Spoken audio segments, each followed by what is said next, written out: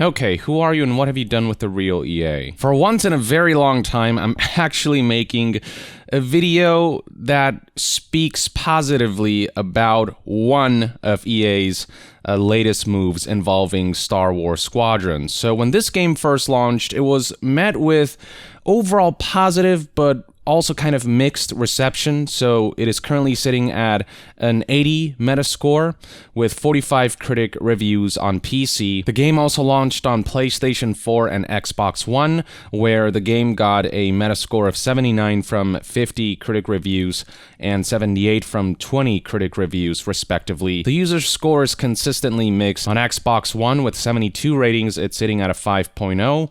On PlayStation 4 with 227 ratings, it's sitting at 5.8.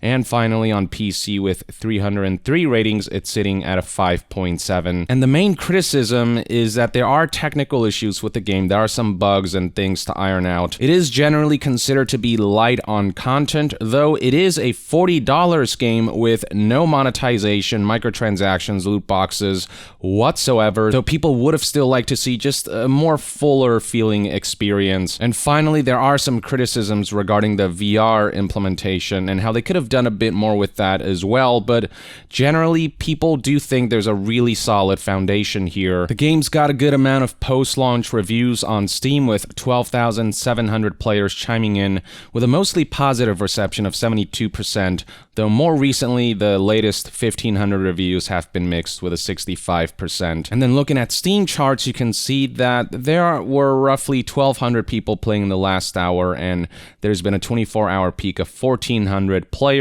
which for a non-live service isn't bad, though it also isn't speaking to a game that's hugely popular either. And I think that's in large part to do with the fact that this game, that again is solid in foundation but is light on content, was originally advertised as having no plans for extra content, DLC, modes, maps, you name it. As highlighted right here by Eurogamer's article, in an interview with Upload VR creative director Ian Frazier had the following to say when inquired about future content for the game. "We don't want to say it's almost done and then dribble out more of it over time, which to be honest is how most games work these days." It's funny that he's able to say that working at EA, a company notorious for doing this, but I'm glad to see that he took a different approach, and the release of Star Wars Squadrons, at the very least, people agree that it is definitely among the more consumer-friendly endeavors that EA has pursued,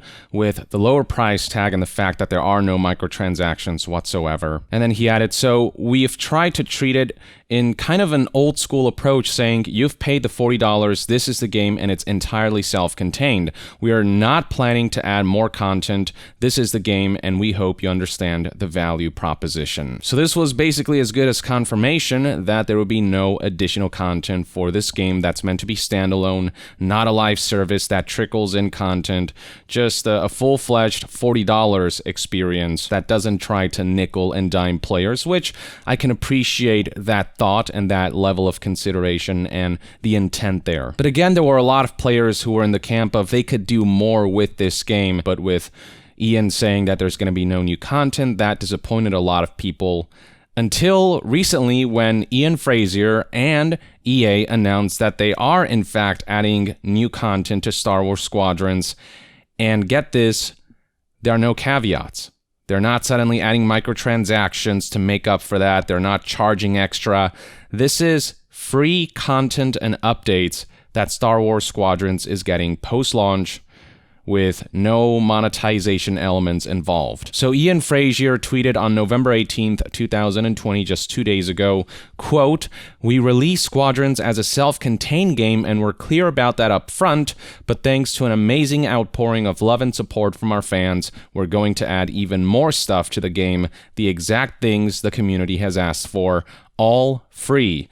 It is a good day." So all of this new content that they're adding was based on community feedback and the requests from the game's most ardent players. Well, look at that, actually listening to the community. The official EA Star Wars page has a link to the blog post detailing this upcoming free update that came out of nowhere as a pleasant surprise, and clicking on the link will take us to this blog post that reads Star Wars Squadrons Holiday Supply Drops Pilot Briefing. And then scrolling down, you've got a segment that reads Humbled. That's the word of the hour for all of us on the team. The outpouring of support you've all shown us has truly been humbling. When we set out to make Star Wars Squadrons, the team had a singular vision: make the next great starfighter experience. We wanted to honor the classic games that came before us and provide everything to our players from the start in a nice, neat package. But then we showed the game to everyone and the reception was so much more than we could have hoped for. It only became more intense after release 2, so we couldn't help but start working on something a little extra. Today we're thrilled to announce that we're working on 2 free content updates for Squadrons through the holiday season to show our appreciation for this wonderful community. And perhaps most notably, it's greatly inspired by your feedback and requests, with free, again, being the key word here. And so you've got a November update that's going to add a new map, Foster Haven, and beyond a new map, they're adding a number of new components that you can use to further customize and enhance your fighters and bombers. And then we have the December update, which is adding 2 new starfighters, the B-Wing and the TIE Defender. And beyond that, they're adding an extra functionality, custom matches. And what this will allow is for things like community-run tournaments and restrictions and modifiers to matches, picking out specific maps, among other things. And among the details included here include things like hull shield damage modifiers, changing capital ship health, restricting certain starfighters, and other tools to help you change how you play. And on top of all this, you've got the addition of custom matches server browser that will allow players to search through private matches made by friends, as well as public ones made by strangers. So a decent amount of free stuff that's coming our way based on purely community feedback and the most requested new content and features. This is good all around. And the Star Wars Squadrons community agrees. In fact, they're kind of in disbelief that this is happening at all, with comments like, "What is it they've sent us? Hope." And then somebody down here below said, "This is like a meme update someone in the subreddit would make and we'd all call too good to be realistic. Phenomenal." I legit double-checked that it was posted by Jay when I saw the B-Wing and TIE Defender were being added. What a huge update. So just scrolling down through here, you'll see that people are generally happy and in disbelief that this is happening at all. Now, I think a lot of the credit here goes to the developers who I think had the right intent with releasing this title and the post-launch stuff that's now coming. But at the same time, you know, this being an EA project, EA had to approve this move right here to give out free content. So credit where it's due. EA did the right thing here and actually did something consumer-friendly for once. And what makes this a particularly special occasion is that usually when EA does something good, it's usually a reaction to backlash because they try to do something bad and the community essentially forced them through their feedback and criticism to veer and take the good path, like with Star Wars Battlefront 2, where EA's original intent was to introduce gambling-like elements, pay-to-win loot boxes, before the mass backlash and scrutiny from government officials finally led them to actually take a better path, which led to ultimately a much better experience. But all that was a reaction to the criticism, again, something very negative they were intending. With Star Wars Squadrons, on the other hand, this is just something good that they did on top of releasing a game at $40 with no microtransactions. It's something good on top of something good, though that's not to say that this suddenly forgives everything else, especially where EA Sports titles are concerned and EA's continued interest in keeping loot boxes around, which are essentially gambling.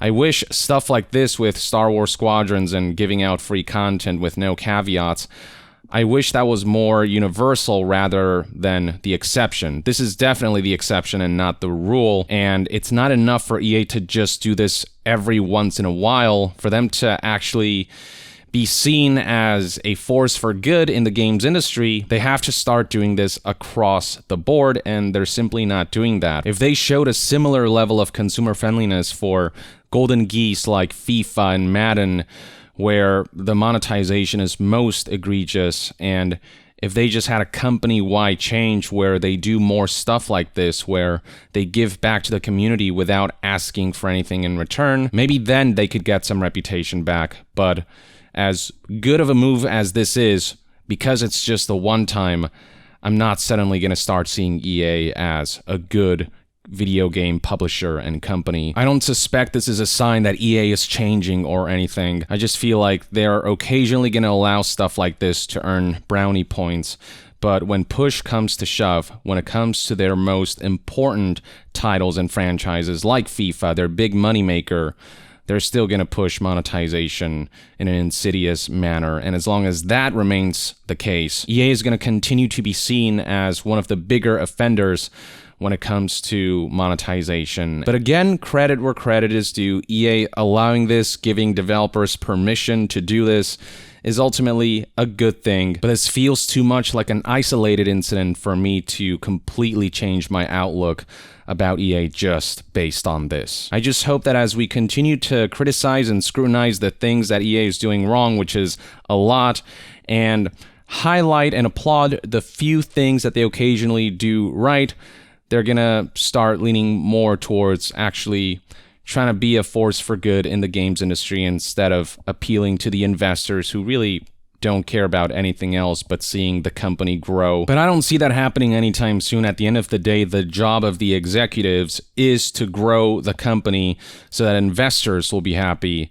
And as long as that continues to be the main priority, EA is gonna keep pushing for more extreme forms of monetization as, you know, the growth starts to cap out and they need to find new creative ways to nickel and dime players to maintain that indefinite growth. But I'd certainly love to see EA using the business model of Star Wars Squadrons as a model for more of their future endeavors, especially given the massive success of so many non-live service titles that have released over the last few years. EA executives have said that, you know, people don't care about non-live service single-player experiences anymore. There's no evidence to prove that. In fact, there's plenty of evidence proving that that statement is just completely false. You can thrive making just non-live service, standalone, fully fleshed, complete, compelling experiences.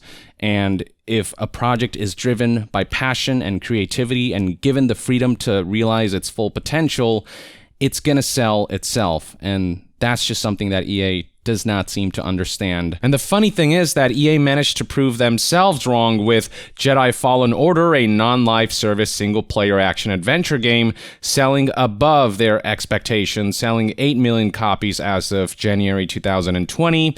And more recently, on May 5th, 2020, it was reported that Jedi Fallen Order surpassed 10 million copies sold.